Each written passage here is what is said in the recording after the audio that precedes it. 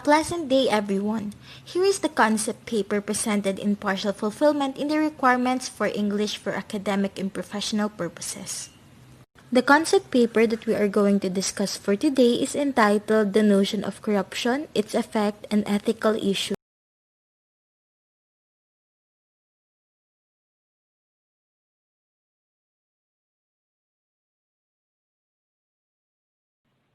The word corruption is derived from the Latin word corruptus, which means corrupted, and in legal terms, the abuse of a trusted person in one of the branches of power, executive, legislative, and judicial, or in political and other organizations with the intention of obtaining material benefit which is not legally justified for itself or for others.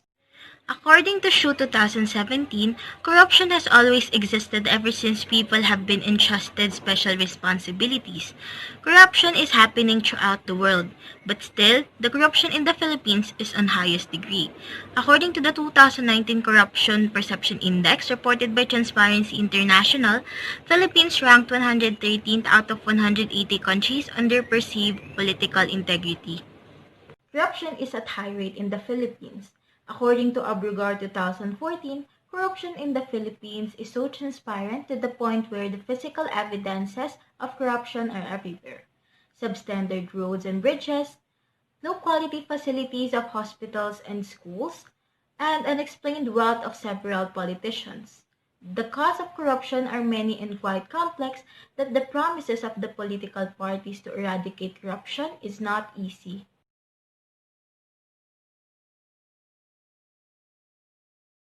The purpose of this research is to conduct a study on corruption in the Philippines with a view of highlighting the notion of corruption and its effect and impact to the Filipino people.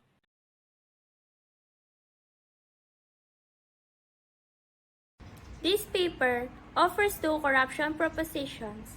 First, a hypercritical determinant of the extent of corruption is the nature of government institution and the democratic process. Weak government that do not regulate in their institution, in particular, experience extremely high levels of corruption. Second, it is substantially more dictionary and expensive and its sister operation, taxation, because of the illegality of the corruption and the need for secrecy. Corruption serves as a significant barrier to growth and development, as it increasingly acknowledged in scholarly literature and by international organizations. The aim of this study is to organize and summarize existing theoretical and empirical work on corruption in order to identify further research opportunities. The paper begins with a brief summary of key concepts of corruption and then summarized, along with a brief look at related models, the factor that favors or discourages the growth of corruption. This will be accompanied by an analysis of the social ramifications of corruption and a discussion of steps that could help mitigate corruption. This research concludes with potential research recommendations and provides summaries of data sources and key variables for use in this analysis. In research, the researchers include a new method in this paper to examine corruption in public bureaucracies.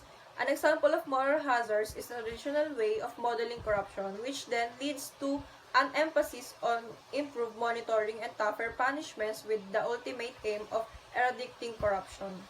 The researchers would like to suggest an alternative approach which emphasizes the reason why the corruption occurs in the first place. Corruption is modeled as a consequence of the relationship between the bureaucrat performing the underlying mission, the private incentives of the bureaucrat, and what the principal may perceive and regulate. This enables the researchers to research not only corruption but also other distortions that occur concurrently with corruption, such as red tape and eventually the efficiency and efficacy of the public services offered, and how these findings differ based on the particular characteristic of this mission. The researchers reviewed the growing empirical literature on corruption through this perspective and provide guidance for future empirical research.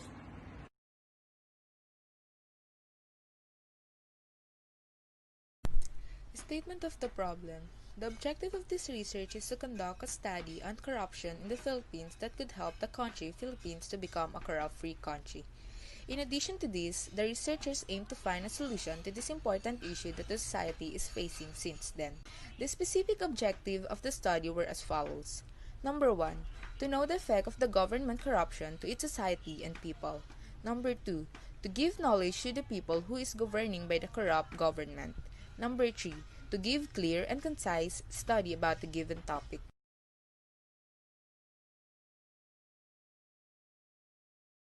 Corruption is a continuous trend in nature that exists in all culture. It has many different ways and many different impacts on the economy and culture as a whole. A high level of corruption impairs the larger society and lowering confidence in justice and the rule of law, education, and ultimately the standard of life. For example, access to infrastructure and healthcare. But there is still no straightforward response to how corruption should be handled.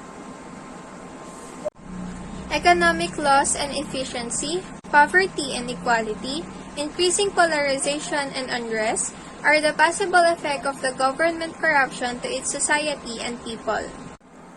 Corruption cannot be dealt with unless and until there is an ethical awakening among citizens.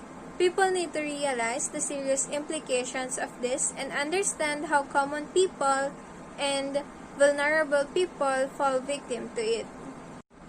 Government officials should grant the people the right to monitor and respond to immediate corruption they face in their daily lives in a matter of days. The end of corruption would lead to an equitable distribution of income and capital for all and would lead to a safe environment in which to live.